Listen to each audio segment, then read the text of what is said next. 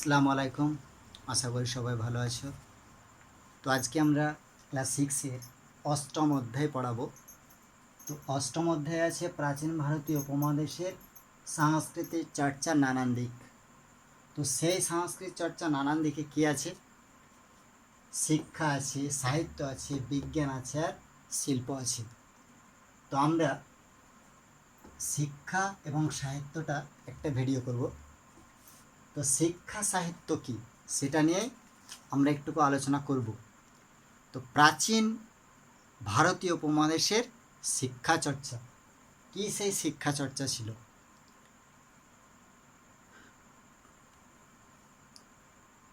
পৃথার মানেই প্রায় একটা প্রশ্ন আসে কি আজ ক্লাসে, ও সেটা স্যারের কাছে জানতে চাইল শিক্ষা কি। তো শিক্ষা কি সেই সম্পর্কে বিভিন্ন দৃষ্টিকোণ দিয়ে শিক্ষক সেটা তাকে বুঝিয়ে দিয়েছিল যে শিক্ষা বিষয়টা কি।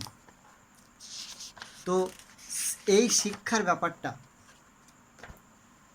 বৈদিক যুগে এবং পরবর্তী বৈদিক যুগে কীভাবে একটা সিস্টেম বজায় ছিল তার বিস্তারিত আলোচনা বইয়ের মধ্যে আমরা পাব।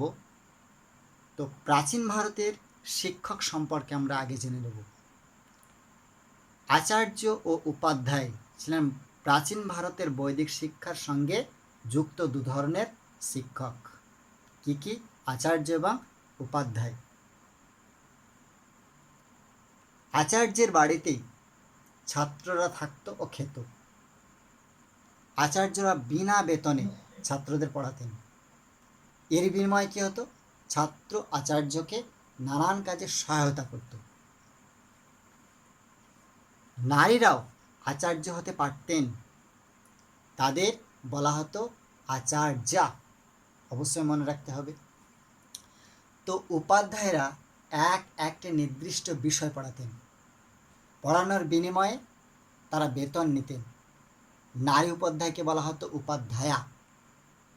তো বৌদ্ধ শিক্ষায় উপাধ্যায়দের গুরুত্ব ছিল বেশি সেই সময়।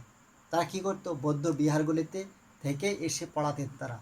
তো বৌদ্ধ ছাত্রদের বুদ্ধ ধর্ম এবং সংঘের নিয়ম মেনে চলার শপথ গ্রহণ করাতেন। তো শিক্ষা এই সম্পর্কে সেই সময় নাটক, আইন, রাজনীতি, যুদ্ধবিদ্যা এইগুলাই হতো পড়ার মূল বিষয়। তো পেশা ভিত্তিক শিক্ষার উপরেও এই সময় জোর দেওয়া হয়েছিল।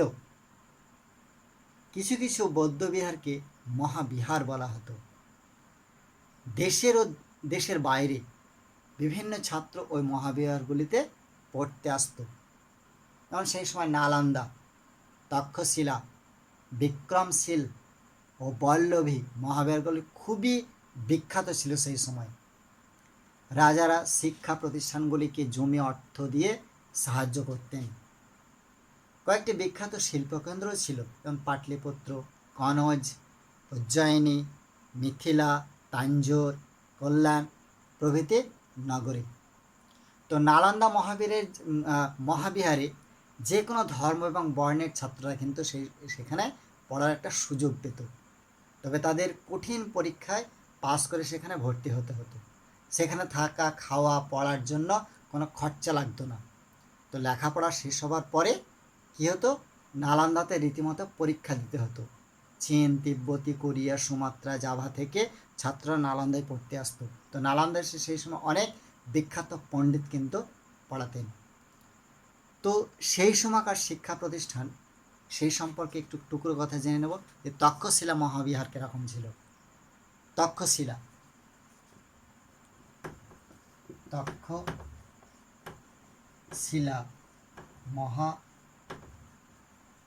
মহাবিহার তক্ষশিলা মহাবিহার গান্ধার মহাজনপদের রাজধানী ছিল তক্ষশিলা।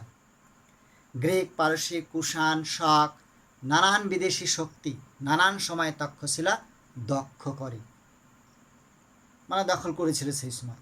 ফলে সেখানকার নানান দেশের মানুষ, পণ্ডিত লোকেরা আনাগোনা ছিল সেই সময়। বৌদ্ধ ধর্ম তক্ষশিলা জনপ্রিয় হয়ে উঠেছিল সেই সময়। তো তো ধীরে ধীরে শিক্ষা কেন্দ্র হিসেবে তক্ষশিলা বিখ্যাত হয়ে উঠেছিল সেই সময় আস্তে আস্তে। অর্থাৎ উচ্চ শিক্ষার জন্য তক্ষশিলা খুবই উন্নত ছিল। 16 থেকে 20 বছর বয়সী ছাত্ররা সেখানে ভর্তি হতে পারত।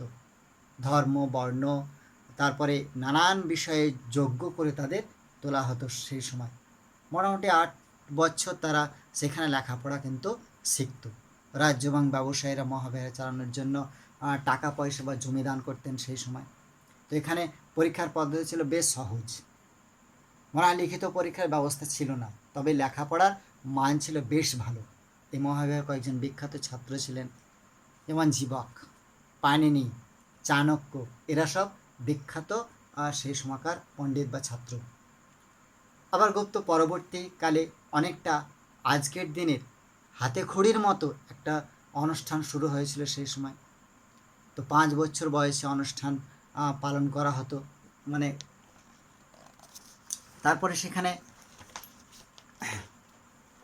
অর্থাৎ শিক্ষা সম্পর্কে আরও বলতে গেলে প্রাচীন ভারতীয় উপমহাদেশে ওইটুকুই শিক্ষা ছিল। তো এবার আমরা আলোচনা করব সাহিত্য সম্পর্কে। তো শিক্ষা সম্পর্কে আমরা আলোচনা করলাম। এবার প্রাচীন ভারতের যে সাহিত্য চর্চা, সেই সাহিত্য চর্চা সম্পর্কে একটু আমরা আলোচনা করব। আমরা ভাষার ব্যবহারের কথা অনেক আগেই বলেছি। তো আবার লিখতে গিয়েও ভাষা লাগে, তবে মুখের ভাষা আর লেখার ভাষা অনেক তফাৎ থাকে।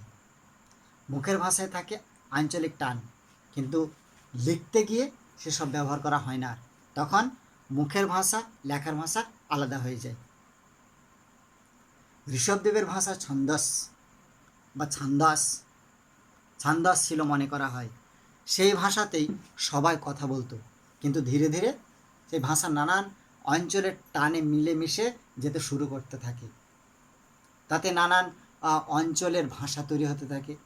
তাই ভাষা তার ব্যবহারকে নিয়মে বাঁধা দরকার।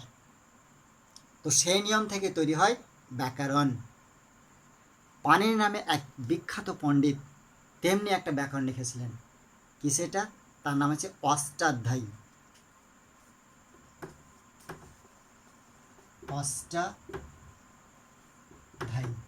অবশ্যই মনে রাখতে হবে, পাণিনির বিখ্যাত ব্যাকরণ অষ্টাধ্যায়ী। তো সেখানে পাণিনির ভাষা নানান নিয়ম তৈরি করেছিলেন। তবে তার ফলে কী হয়েছিল? ভাষা সংস্করণ হয়েছিল। সংস্করণ হয়ে সেই ভাষাটা তৈরি হলো, তার নাম হয়েছিল কি? সংস্কৃত। তাহলে এই পাণিনির অষ্টাধ্যায়ী থেকে সংস্কৃতের কিন্তু জন্ম হয়েছিল সেই সময়। তো বিভিন্ন অঞ্চলে এই একই ভাষায় নানানভাবে উচ্চারণ করা হতে শুরু করে। সেই ভাষাগুলিকে বলা হয় প্রকৃত বলা হয়, অর্থাৎ প্রকৃত ভাষা। তো প্রকৃত বা আসল থেকে প্রাকৃতিক কথাটি এসেছে। ফলে পাণিনির সংস্কার করা ভাষা থেকে প্রকৃত ভাষা আলাদা।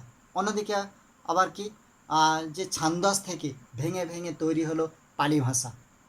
তো প্রকৃতি এবং পালি ভাষা সাধারণ মানুষের মুখে ভাষা হলো সেই সময়। তবে খ্রিস্টপূর্ব 6ষ্ঠ শতক থেকে পালি এবং প্রকৃতি ভাষার লেখালেখি শুরু হয়েছিল। জৈন বৌদ্ধ ধর্মের যে সাহিত্যগুলো, সেগুলো সবই কিন্তু ওই পালি এবং প্রকৃত ভাষায় লেখা ছিল। আবার কি, খ্রিস্টীয় 6ষ্ঠ শতকে এই ভাষার বিনিময়ের মাধ্যমে ব্যবসা বাণিজ্য বাড়তে থাকে। ফলে সমাজের বৈশ্যদের মর্যাদা বেড়েছিল সেই সময়। নতুন নতুন তৈরি হওয়া নগরগুলি জাতি ধর্মের কাড়াকাড়ি থাকতো। তো তাই সেখানে কী হয়েছিল? পুরানো জাতি এবং বর্ণ ব্যবস্থার ব্যাখ্যা করে সংস্কৃত ভাষায় ধর্মশাস্ত্র লেখার চল শুরু হয়েছিল। তো ব্রাহ্মণরা যে শ্রেষ্ঠ, সে কথায় ধর্মশাস্ত্র নানানভাবে মনে করিয়ে দেওয়া হতো। এর পাশাপাশি স্মৃতিশাস্ত্র ছিল।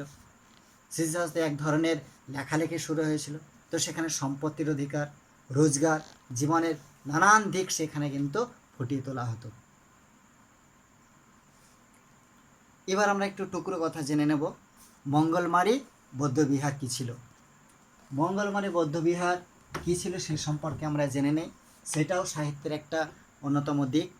তো ফরাসিয়ান এবং সুয়াংজাং এর লেখা থেকে জানা যায়, আমরা এর কথা আগে বলেছি, তো এবারও বলছি, যে ফরাসিয়ান এবং সুয়াংজাংয়ের আমলের থেকেই জানা যায় বাংলায় অনেকগুলি বৌদ্ধবিহার ছিল।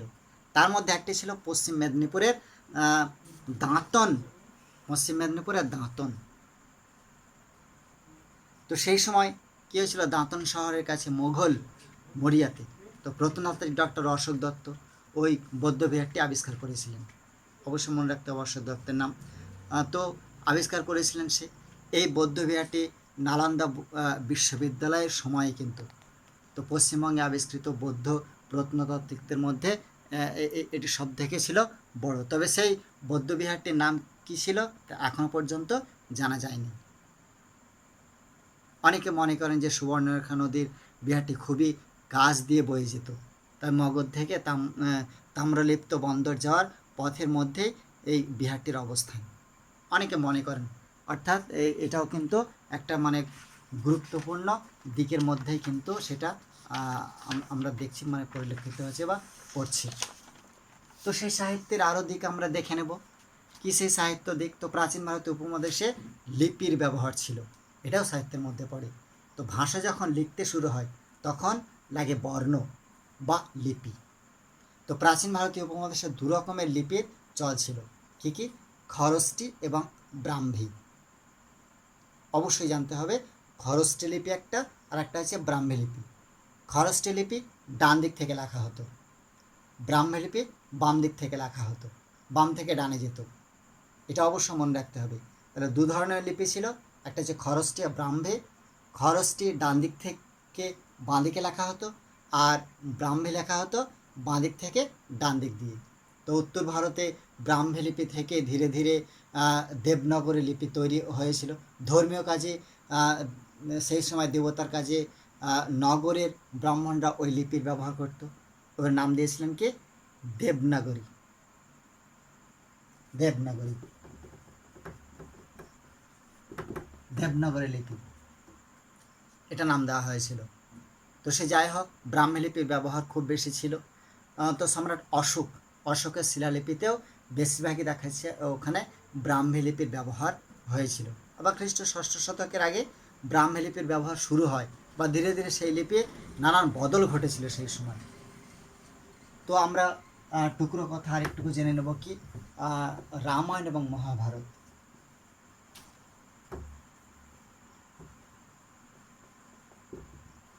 রামায়ণ ও মহাভারত। রামায়ণ মহাভারত সম্পর্কে আমরা জেনে নেব একটুকু।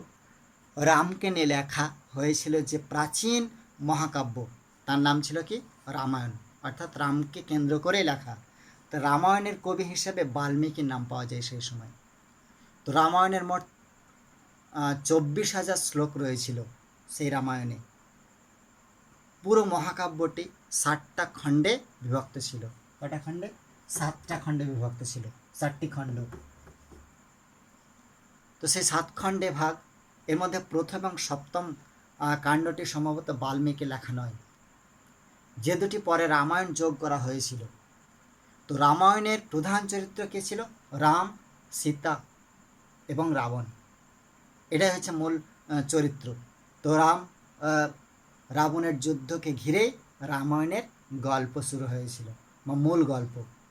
অবশ্য পরবর্তী সময়ে রামায়ণের নানান রকমের অনুবাদ আমরা কিন্তু সেই সময় পেয়েছিলাম। তো সেগুলি গল্পের মধ্যে কিছু বদলও দেখা যায় সেই সময়। তো রামায়ণ তার সেই সময় রাম রাবণের কাহিনী কিন্তু সেই সময় সমাদিত হয়েছিল।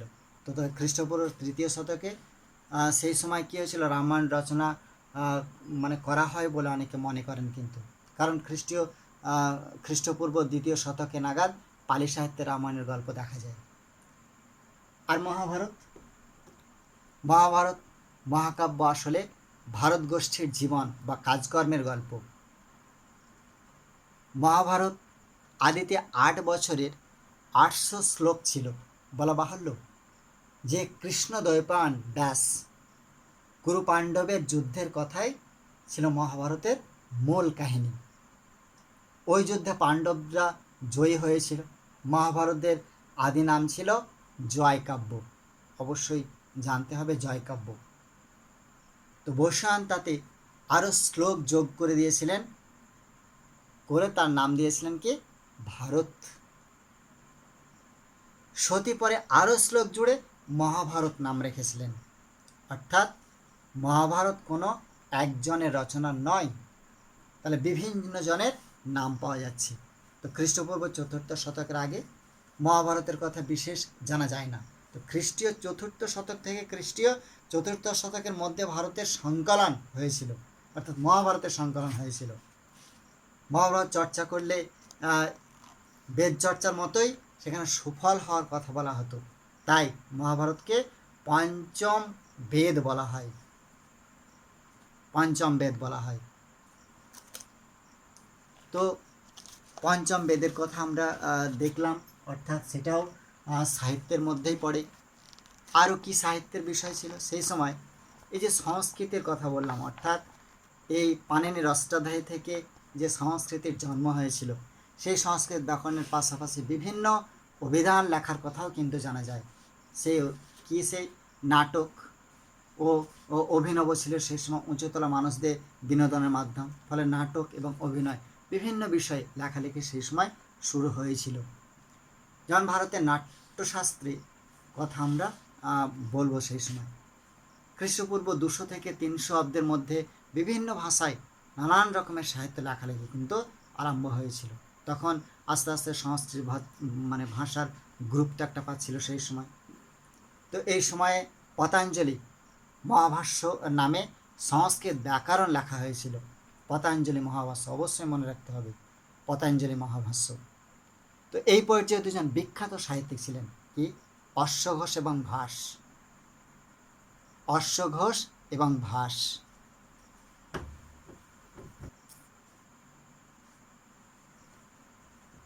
ভাস, অশ্বঘোষ এবং ভাস। তো জৈন অর্ধ মাগধী প্রকৃতি দুই ভাষাতেই সাহিত্য কিন্তু লেখা হতো। এই সময় বেশিরভাগ লেখমালা প্রকৃত ভাষা লেখা হতো। সাধারণত কাজকর্ম চালানোর জন্য প্রকৃত ভাষায় সেই সময় ব্যবহার কিন্তু লক্ষ্য করা যায়। পুরাণ সম্পর্কে একটু বলি টুকরো কথা হিসাবে। পুরাণ কি? সেই পুরাণ, পুরাণ শব্দটি একটি অর্থ হচ্ছে পুরানো। পুরাণ সেই পুরাণের দিক থেকে কথা থাকে। পুরাণ সংখ্যায় 18টি ছিল। এর মধ্যে ভবিষ্য পুরাণ, মৎস্য পুরাণ, বায়ু পুরাণ, দু একটা পুরাণের কথা উল্লেখ করলাম। তো মোটামুটিভাবে খ্রিস্টপূর্ব 6ষ্ঠ শতক, খ্রিস্টীয় 5ম এবং 4র্থ শতকের আগেই কয়েকটি পুরাণ রচিত হয়েছিল। বাকি পুরাণগুলি খ্রিস্টীয় 2য় শতকে 17 শতকের মধ্যে রচনা কিন্তু সেই সময় হয়েছিল। তো এইটুকুই পুরাণ সম্পর্কে, আর বিশেষ কিছু বলবো না। 18টি পুরাণ এইটুকুই জেনে রাখতে হবে। তার মধ্যে বায়ু পুরাণ, ভবিষ্য পুরাণ, মৎস্য পুরাণ, দু একটা পুরাণের কথাও জানতে হবে। তো সেই সময় আমরা যে কথাটা আগে লিখলাম যে অশ্বঘোষ এবং ভাস, তো সাধারণত মনে করা হয় অশ্বঘোষ কনিষ্কের সময় সাহিত্যিক ছিলেন। নিজের রচনায় নিজের সম্পর্কে প্রায় কিছু বলেননি অশ্বঘোষ। কেবল এইটুকু নিশ্চিতভাবে জানা গিয়েছিল যে তিনি ছিলেন বৌদ্ধ সন্ন্যাসী। তার বিখ্যাত রচনা কী ছিল? বুদ্ধচরিত কাব্য। অবশ্য মনে রাখতে হবে,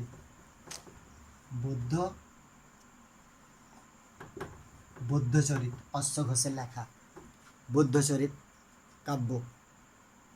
তো এইটুকুই। এবার আমরা শূদ্রক সম্পর্কে আরেকটুকু বলি যে খ্রিস্টীয় 2য় এবং 3য় শতকের নাট্যকার ছিলেন ভাস। ভাসের কথা আমরা লিখলাম। তো তার কয়েকটি নাটক মহাভারত এবং রামায়ণের বিষয় নিয়ে লেখা হয়েছিল সেই সময় কিন্তু। এবার আমরা শূদ্রকের মৃচ্ছকাটিম সম্পর্কে একটু আলোচনা করব। কি শূদ্রকের মৃচ্ছকাটিম? শূদ্রকের মৃচ্ছকাটিম প্রাচীন সাহিত্যের বা প্রাচীন সংস্কৃত সাহিত্যের একটি বিখ্যাত নাটক। তো মৃচ্ছকাটিম কথাটি মানে হলো কি? মাটির তৈরি ছোট গাড়ি। মৃৎ মানে হচ্ছে মাটি, আর সাকটিম মানে হচ্ছে প্রধান চরিত্র বা ছোট সাকট বা গাড়ি। এই দুই মিলিয়ে মৃচ্ছকাটিম। এই নাটকের অন্যতম প্রধান চরিত্র কি ছিল? চারুদত্তা। তার ছেলে ছোট রোহসেনের প্রতিবেশী বণিকদের জেলে সোনা ও তৈরি খেলনা গাড়ি সেখানে দেখা গিয়েছিল। এটুকুই ছিল সেই সময়। আবার সেই সময় বিশাখ দত্তের লেখা 2টি নাটক বিখ্যাত ছিল। কি কি? মুদ্রা রাক্ষস, দেবীচন্দ্রম, নন্দরাজ। ধনানন্দকে হারিয়ে চন্দ্রগুপ্ত মৌর্যের সিংহাসন দখলের মুদ্রাকষের বিষয়বস্তু ছিল। তো সে যাই হোক, এইটুকুই জানা যায় সেই সময় মানে সাহিত্য হিসাবে।